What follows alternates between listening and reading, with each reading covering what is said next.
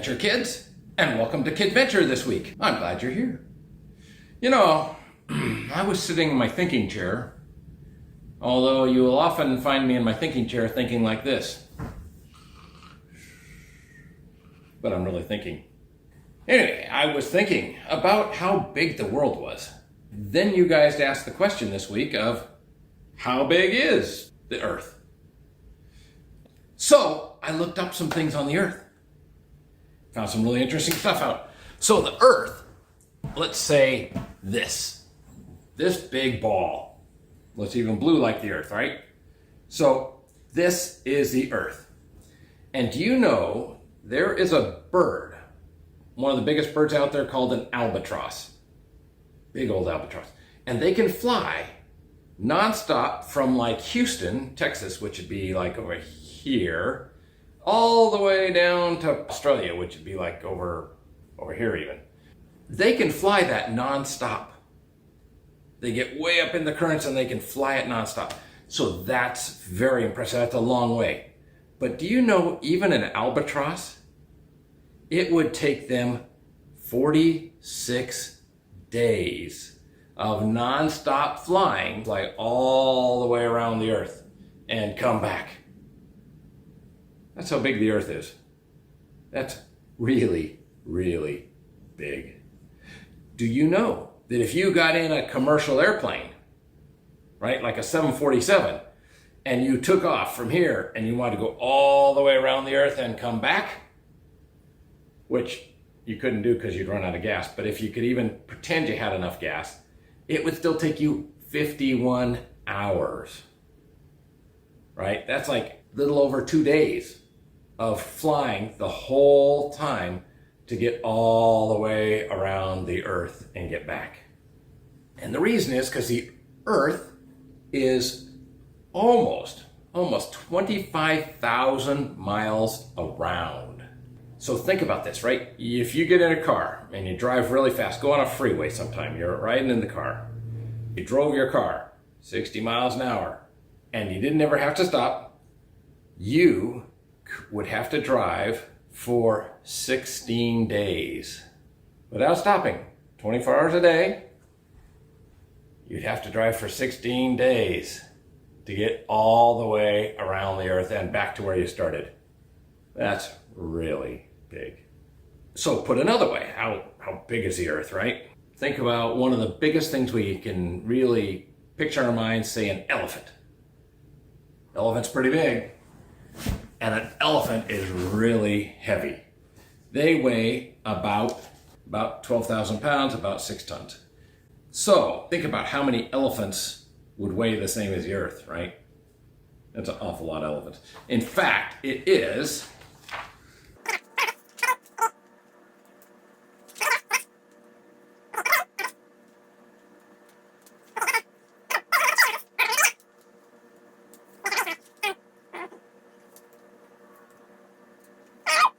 that's how many elephants, that's how many zeros, that's how many elephants it would take to weigh the same as the Earth. I don't even know what number that is. It's such a big number. It's beyond gazillion. That's a lot of elephants. Okay, so then you also ask the question of how long would it take to walk around the Earth? Back to our Earth. So here's our Earth. If you want to walk, starting here and walk around the Earth. See, if you could walk a mile in 20 minutes, you think you could walk 8 hours a day? Yeah. 8 hours a day, your feet would get pretty tired. If you walked 8 hours a day and you walked a mile in 20 minutes, it would take you a year of walking 8 hours every day, with maybe a little break here and there, but kept walking and kept walking and kept walking. It would take you about a year to walk all the way around the Earth. Now, of course, you can't do that because there's water in the middle. But unless you got on a boat, and as the boat was going that way, you kept walking with it. I guess that you could if you just walked on a boat that was going around the Earth. That'd be a way to go. Yeah. Actually, the fastest way to walk around the Earth is to get on that jet plane and walk on the jet while your jet plane is going around the Earth.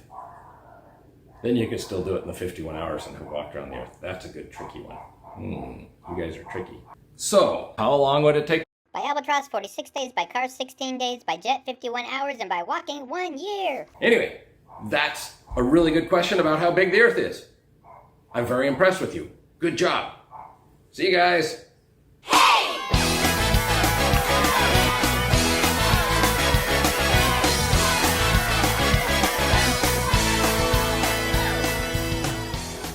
Hey KidVenture kids, how are you today? Hope you're doing great. Hey, so I'm answering the question, why do people burp? Which is just kind of a funny question because, everybody burps, right? And it happens to all of us. But why does it happen? So let's take a look at that. So belching is commonly known as burping, and it's your body's way of getting rid of excess air from your upper digestive tract. Most belching is caused by swallowing too much air. If you do this, you might be able to make yourself burp. This air never reaches all the way down to the stomach, but accumulates in the tube in between called the esophagus. Everybody say esophagus. Esophagus. It's kind of a funny word. It's a muscular tube that connects the mouth to the stomach. And when this happens, the body will push any air still in the stomach out through the mouth. And that causes a burp. Now, burping can be a little bit funny. I've heard kids that can drink a bunch of soda pop and then say the whole alphabet in one burp. Crazy. I cannot do that. So what causes it? You may swallow too much air if you drink too fast, or talk while you eat, or chew gum, or eat hard candies. Things like that. So there are some foods that help cause you to burp, and you might be careful of these. First one are beans. Beans, a musical fruit. You may have heard that. Certain vegetables are called cruciferous vegetables, like Brussels sprouts, cauliflower, broccoli. I kind of like broccoli, but this might cause us to burp. Certain dairy, things like milk and cheese, might make you burpy. And certain fruit. Now, even though fruit is super healthy for you, it can take a toll on your individual digestive system, and this has a lot to do with something called sorbitol. That's a sugar alcohol that is inside of fruits. That's why it tastes so good. Fruit is yummy, right? So some fruits that might make you burpy: apples, cherries, apricots, peaches, pears, prunes, and dates. So watch for those. Also, another food is spicy foods. Spicy foods contain a compound known as capsaicin that slows down your digestion and irritates the lining of your esophagus. It can make you kind of feel like a heartburn. Here's some foods that might make you burp. Horseradish. It's like a dipping sauce. Hot sauce. You guys like sriracha or tapatio? Jalapenos might make you burpy. Chili paste, salsa that you have on chips, and wasabi. Everybody say wasabi. That's that green stuff you have with sushi. So how could you make burping not happen as much? Well, eat and drink slowly. Second, avoid carbonated soda. That makes you burpy. Skip chewing gum or hard candy because that makes you burpy. And get lots of exercise. Get moving. Go ride your bike. Go walk around. Go play on the playground. That also helps get out any excess air from your tummy and your esophagus so you won't burp. That's it for me. Bye for now.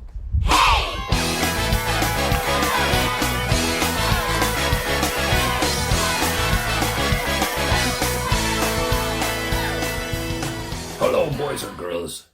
My name is Moses, and I have come here from heaven just to tell you what heaven is like. We have some questions about heaven, like what? Like? Who will I get to see in heaven? Imagine talking to Joseph, second in command to Pharaoh in Egypt. Imagine talking to me, Moses, and the people of Israel. Think about talking to Noah and the ark. He's a good friend of mine, by the way. He is really a cool dude. You can talk to Joseph, Jesus' dad, and hear about Jesus as a young boy.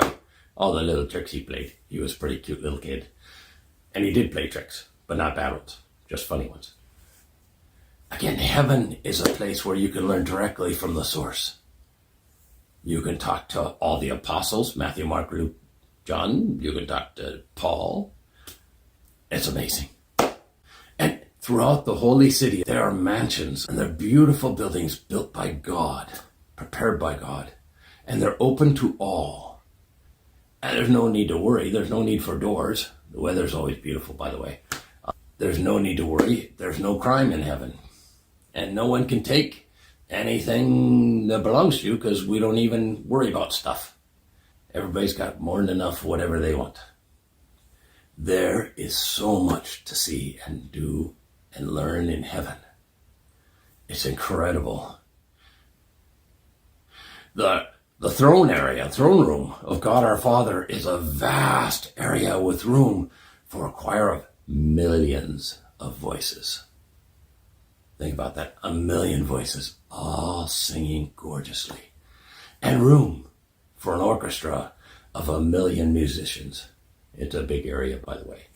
It's incredible how awesome it is to just hear this play. And they play 24/7. The music is beyond your imagination. Better than the best thing you've ever heard here. And they play all the time and sing praise to God not because they have to, because they want to, because they are inspired to, because He is that awesome. Now, what else will heaven be like? In 4,000 years, I haven't even seen it all. I haven't even begun to scratch the surface.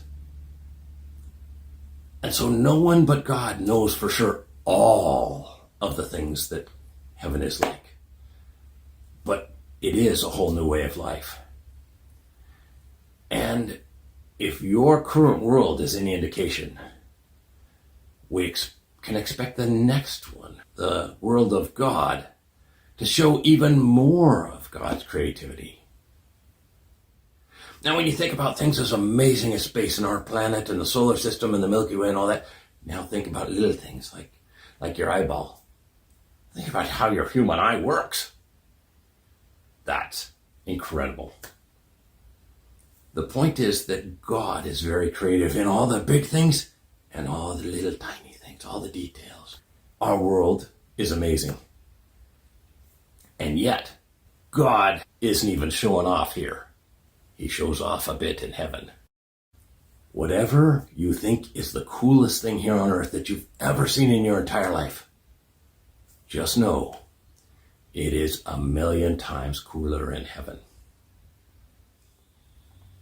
It is beyond whatever you can imagine here.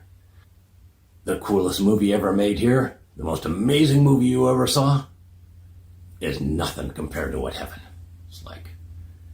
Think about the happiest moment you've ever had. Not just this year. Not in the last 2 years or 10 years. The best you've ever felt. The most successful you've ever been. The most beautiful, incredible sight that you've ever seen. Now, magnify it by millions or billions of times. And you understand that that's what heaven is like. There's no end to this joy. However you feel right then is how you're going to feel forever. No aging. No pain gets in the way. No disease, no sickness. You don't ever get a cold, by the way. No loneliness. No fear. No doubt. No discomfort. No death of you or anyone you love. And then you still only scratch the surface of what it's like to be in the paradise of God. Now, someone asked the question, will I see heaven? Right? God promises in the Bible that anyone who believes in His Son Jesus and follow Jesus and receives Him into their hearts, which means to change our actions and become less like bratty old us and more like Jesus, they can become God's child. They can be forgiven of their sins, even the sins they haven't committed yet. They can be friends with God, and they get to go to heaven. That is an incredible promise. So the last question I have, it said, if we're going to live forever, won't it be boring in heaven? And the answer is, oh no. You can spend 1,000,000, billion, trillion years. God is still going to amaze you every day with something very, very cool that you never saw before. And it's never, ever going to get boring. That's incredible. Now, I've only been there 4,000 years, like I said, and it feels like just yesterday I was down here, and man, I could talk to you about God forever. But I am going to go back to heaven now, and I will see you when you get there, and we can talk then. I love you guys. We'll see you later. Bye for Moses.